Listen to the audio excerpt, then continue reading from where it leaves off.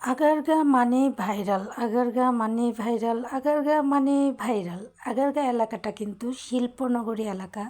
এখানে বিভিন্ন শিল্প প্রতিষ্ঠান আছে, সরকারি ভবন আছে, সরকারি কোয়ার্টার আছে এবং সরকারি কলোনি আছে।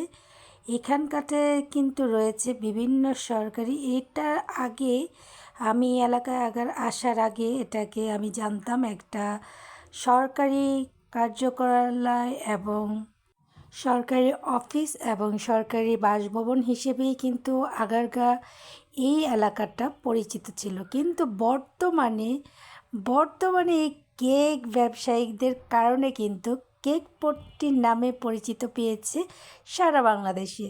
তো সেই কেক পরিচিত ভাইরালদের নিয়েই কিছু ভিডিও আমি ধারণ করেছি আমার ছোট্ট চ্যানেলটাতেই। তো এর আগে দেখিয়েছিলাম জাকির ভাইয়ের ভিডিও, আজকে দেখাবো সিমি ভাইরাল হাঁসের মাংস প্লাস কেক এবং খিচুড়ির ভিডিও।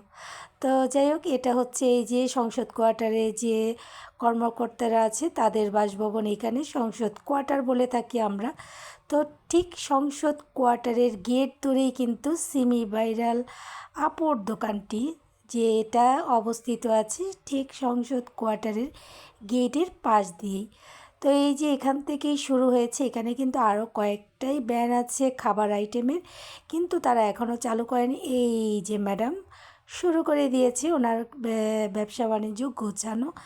প্রথমেই উনি কেক দিয়ে শুরু করে, ওনার দোকানটা পরিপাটি করে সাজানো।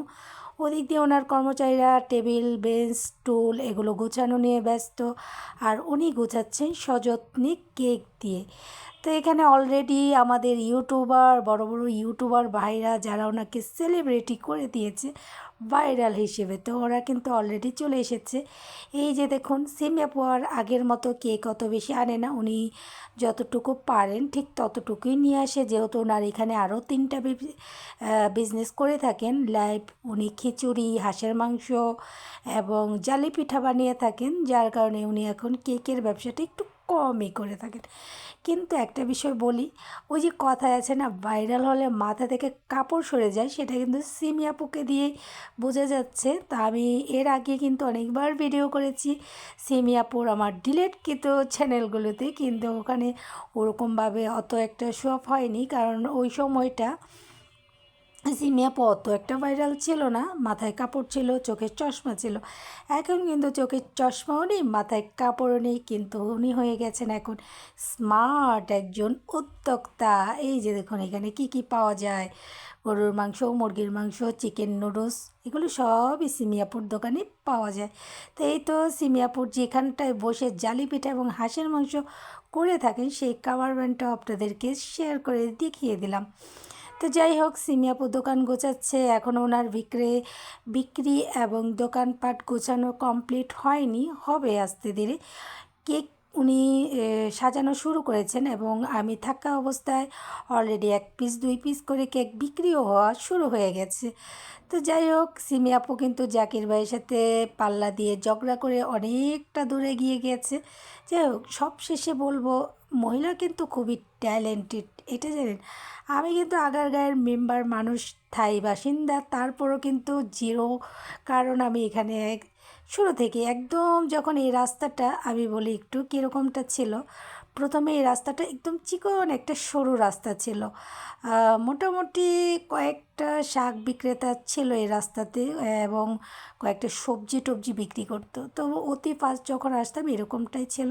তারপরে এই রাস্তাটাকে অনেক সুন্দর একটা রাস্তা বানিয়ে দিয়েছে, একদম 4 লেন করে বানিয়ে দিয়েছে, 2 পাশ দিয়ে একদম সুন্দর গাছ টাছ দিয়ে। যখন রাস্তা বানানো শুরু হয়েছে তখন থেকেই তো আমি এই এলাকায় চলে এসেছিলাম, অন্য এলাকাটা ছেড়ে, কিন্তু আমার শ্বশুরবাড়ির সব মানুষরা এখানটাতেই ছিল। তখন ঘুরতে যখন আসতাম, অতি ফাস্ট এই এলাকাটা বানানোর পরে, রাস্তাঘাটগুলো বানানোর পরে টিকটকারদের একটা ভাইরাল এরিয়া ছিল। টিকটকাররা এই রাস্তাগুলোতে ওরা দলবল দিয়ে, গ্যাং দিয়ে এখান থেকে টিকটক বানাতে বানাতে একদম জিয়া উদ্যান, বাণিজ্য মেলা মাঠ ওদিকটা দিয়ে তারা ফেমাস ছিল। তারপর আস্তে আস্তে আস্তে আস্তে এভাবে ফুড কর্নারের ব্যান্ডগুলো আসা শুরু হয়।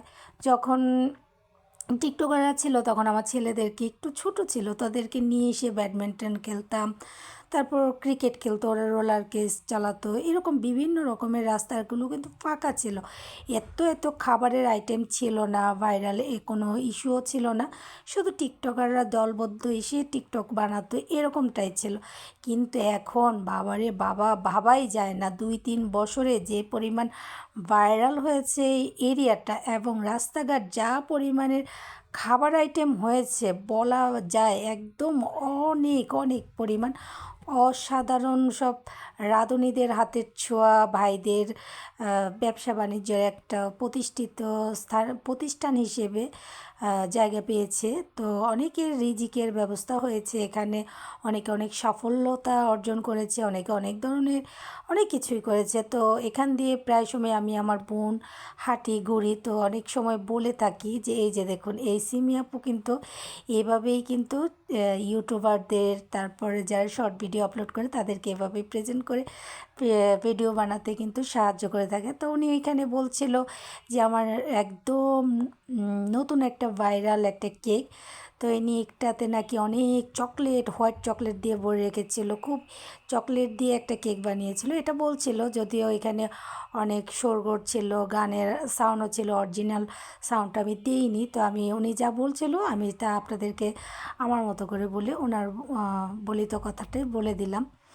তো যেটা বলছিলাম, তো ও প্রায় সময় আমি আর আমার বোন বলি যে এইখানটা অতি ফার্স্ট আমরা মানুষ হয়েও কোনো ব্যবসা করতে পারিনি বা কোনো খাবারের দোকানও দিতে পারিনি, অথচ দূর দূরান্ত থেকে এসে এখানে কিন্তু অনেক মানুষ অনেক সফলতা হয়েছে, অনেক উদ্যোক্তারা হিসেবে অনেক ভালো অর্জন করেছে বিজনেস হিসেবে।